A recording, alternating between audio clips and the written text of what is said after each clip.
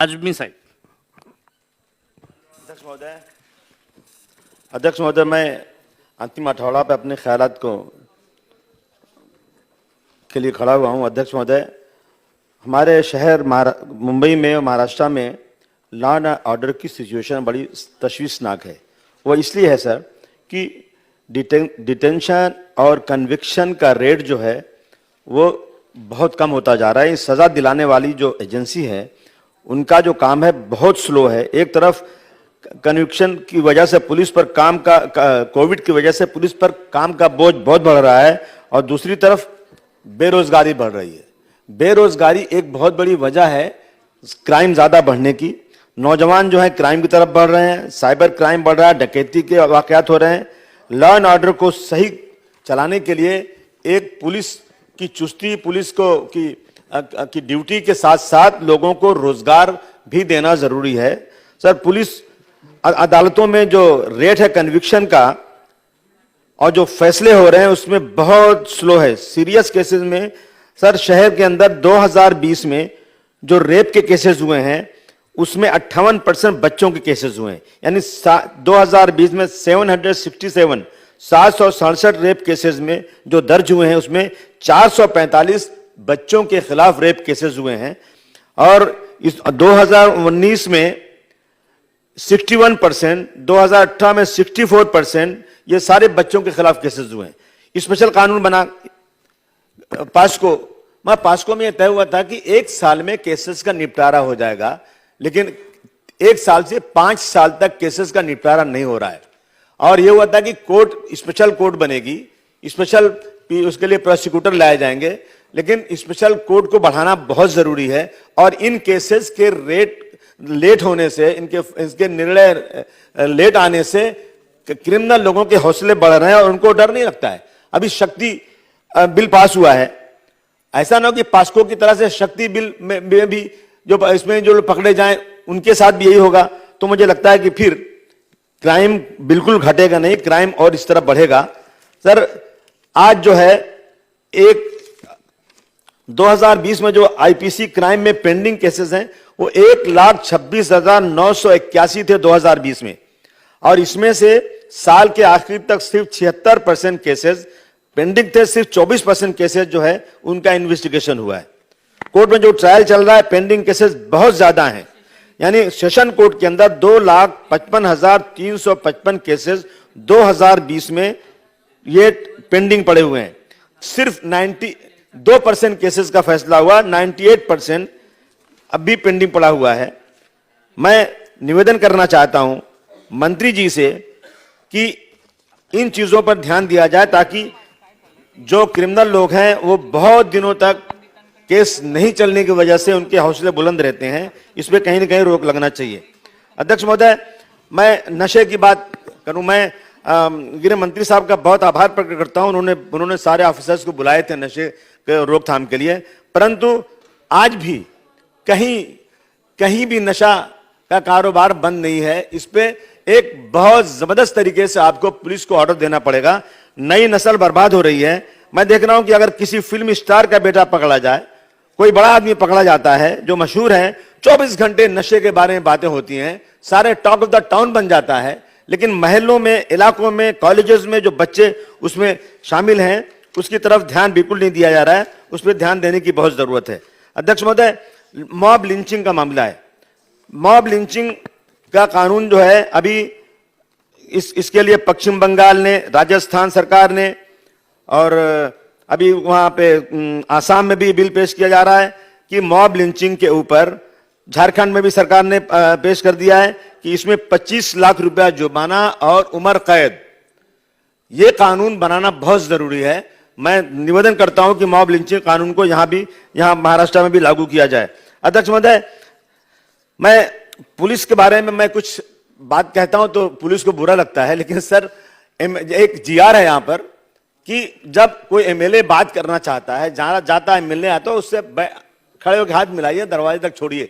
अरे हाथ मिलाने की बात छोड़ दीजिए, 10-10 बार फोन करो, फोन रिसीव करने को तैयार नहीं। ये भी कह सकते कि भाई बिजी हूं, 5 दिन के बाद फोन करो, 1 महीने बाद फोन करो, नो रिस्पॉन्स। मैंने अपने डीसीपी साहब को सर फोन किया कि एक मामला है, कुछ लोगों को भेजता हूं आपके पास, हम पब्लिक रिप्रेजेंटेटिव हैं। मैंने कहा सर कल शनिचर है, शायद आप कल नहीं मिलेंगे, मंडे भेजूं क्या? नहीं, बोले सैटरडे को भेज दो 4 बजे। वो लोग गए, 4 बजे से 6 बजे तक बैठे रहे, डीसीपी साहब अंदर रहे और उनके जो सेक्रेटरी थे उन्होंने कहा साहब नहीं मिलेंगे आज। डीसीपी बाहर निकले और चले गए। मैंने पूछा साहब आपने तो, मैंने आपसे कहा था कि सैटरडे को नहीं भेजूंगा, मंडे भेजूंगा। तो कहा नहीं वो आए नहीं लोग। अरे मैं बोला 2 घंटे बैठे रहे, अच्छा ठीक कोई बात नहीं, मंडे भेज देना। ये कोई तरीका नहीं हुआ। इस तरह की बात, लेटर भेजो, लेटर का कोई जवाब नहीं। सर दूसरी चीज है, मैं तबलीग जमात लोग पकड़े गए नांदेड़ में, मुमरा में, बांद्रा में, डीएन नगर में। नांदेड़ में पकड़े गए, 5 मिनट में छूट गए, कोर्ट में गए।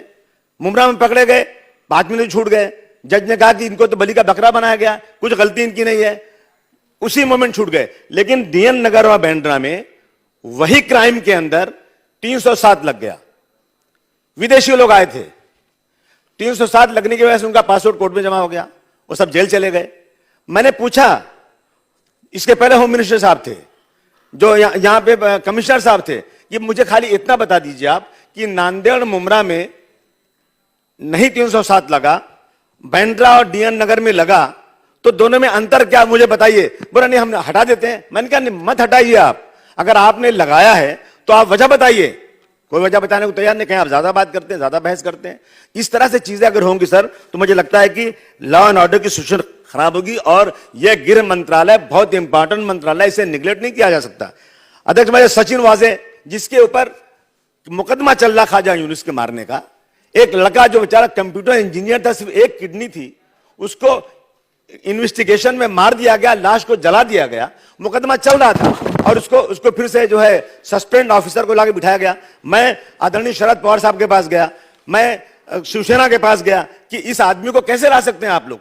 लेकिन देखिए आप, एक अच्छा ऑफिसर जो ड्यूटी कर रहा था उसको हटा करके उसको बिठाया गया। इन चीजों पे ध्यान नहीं दिया जा रहा है। अध्यक्ष महोदय, इन चीजों पे ध्यान देना बहुत जरूरी है। मेरी आपसे राय है कि आप जो है, दूसरी चीज, एक तरफ कुछ लोग हैं ना हमारी कौमी एकता को बर्बाद करने में लगातार लगे हुए हैं।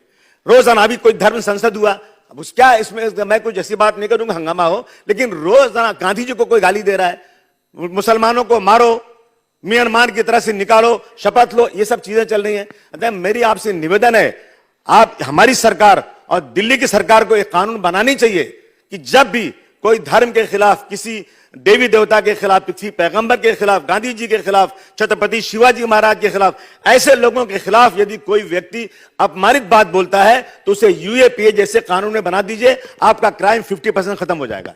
आप देख लीजिए, अभी जो हुआ त्रिपुरा में, जो हुआ था उसके ऊपर हंगामा हुआ, 1500-1800 लोग वांटेड हो गए, मस्जिद पे पथराव, मंदिर पे पथराव, लड़ाई झगड़ा, लोग जेल जा रहे हैं। क्या चल रहा है? जब भी कुछ होता है, मालेगांव, इसके पहले मालेगांव में हुआ इसी वजह से, इसके पहले धुलिया में हुआ। इन चीजों पर कंट्रोल करने के लिए हमें सीरियसली सोचना चाहिए कि ऐसा कानून बनाया जाए ताकि कोई भी इन चीजों को लाकर, धर्म को लाकर के ये आपसी लड़ाई झगड़ा को बंद करना चाहिए। अध्यक्ष महोदय, इन चीजों पर ध्यान देना बहुत जरूरी है। मैं थोड़ा सा हट के भी बात करना चाहता हूं अध्यक्ष महोदय, टाइम मिलता नहीं क्योंकि 5 ही दिन का था। रायगढ़ में जो एयरपोर्ट बन रहा है, या रायगढ़ जिले का नाम, सारे माइनॉरिटीज के लोग, सारे रायगढ़ के लोगों का एक मांग है कि उनका नाम अब्दुल रहमान अंतोले साहब के नाम से उस एयरपोर्ट का नाम या उस जिले का नाम रखा जाए, क्योंकि एक बहुत ही काबिल लीडर थे, जो मुख्यमंत्री थे, उनके नाम से कोई बड़ी चीज नहीं रखी गई है। ये मैं वहां की जनता का एक जो है उसकी मांग आपके सामने दोहरा रहा हूं। अध्यक्ष महोदय, इन चीजों पर ध्यान देना जरूरी। एक लास्ट चीज सर, हम जब सब फोन करते हैं पुलिस को, मैंने परसों फोन किया, एसीपी साहब आप मानखुर शिवाजी नगर में है, अरे मैं तो शोलापुर में, मेरा तो ट्रांसफर हो गया। सर नंबर जो है ना, ऑफिसर का नंबर बदली हुआ, रोज कहां से नंबर ढूंढते रहेंगे। हम उत्तर प्रदेश में देखते हैं कि जो ऑफिसर है उसके पास वही नंबर रहता है, वो चला गया, वो दूसरा ऑफिसर आएगा, वो टेलीफोन उसको मिल जाता है, तो ये बहुत मुश्किल होती है। रोजाना मैं फोन कर रहा हूं डीसीपी साहब को कि डीसीपी साहब भिवंडी के डीसीपी हैं, बोले नहीं मैं तो अभी चला गया, नांदेड़ का डीसीपी बन गया। आप देख लीजिए, पता लगा लीजिए, अभी कोई दूसरा डीसीपी आ गया होगा। तो एक कम से कम जो ऑफिसर्स का है ना, उनको एक टेलीफोन सरकार की तरफ से दिया जाए जो परमानेंट नंबर है, ताकि हमें ढूंढना ना पड़े, रात को 2 बजे 3 बजे पुलिस को ढूंढना पड़ता है, बड़ी दिक्कत होती है। दूसरे साल हम लोग पुलिस स्टेशन के अंदर जब हम फोन करना चाहते हैं तो जो आज टेलीफोन जो लैंडलाइन है वो बहुत कम चलती है, सब मोबाइल पे चलता है। अब किसी मोबाइल नहीं लग रहा है, अब हम किसी आदमी को भेज रहे हैं पुलिस स्टेशन में कि भाई जरा मेरे ऑफिसर से बात करा दो, ये मोबाइल लो। ऑफिसर कहता नहीं, मैं बात ही नहीं करूंगा। अरे भाई आप फोन लीजिए, पूछिए कि आमदार है कि नहीं है, अगर आमदार नहीं है तो मना कर दीजिए, मत लीजिए। और हम कोई आपसे गलत काम कहें तो आप मना कीजिए, हम गलत काम करने की बात ही नहीं करेंगे। हम आपसे कोई मालूमात देना चाहते हैं और किसी आदमी के हाथ से मोबाइल फोन भेज रहे हैं, लेकिन आप उस मोबाइल टेलीफोन को लेते नहीं हो। रास्ते में कोई इंसिडेंट हो गया है, कुछ लोग भीड़ लगाए हुए हैं, मुझे कोई मैसेज दे रहा है आसिम भाई ये फला ऑफिसर यहाँ खड़ा है उससे बात कीजिए, वो ऑफिसर फोन ही नहीं लेता। तो ये कम से कम ये चीज कही जाए उन लोगों से कि भाई जो एमएलएस का के लिए जीआर निकला उनकी रिस्पेक्ट रखो। मैं आपसे निवेदन करना चाहता हूं इन चीजों पे थोड़ा आप ध्यान दे देंगे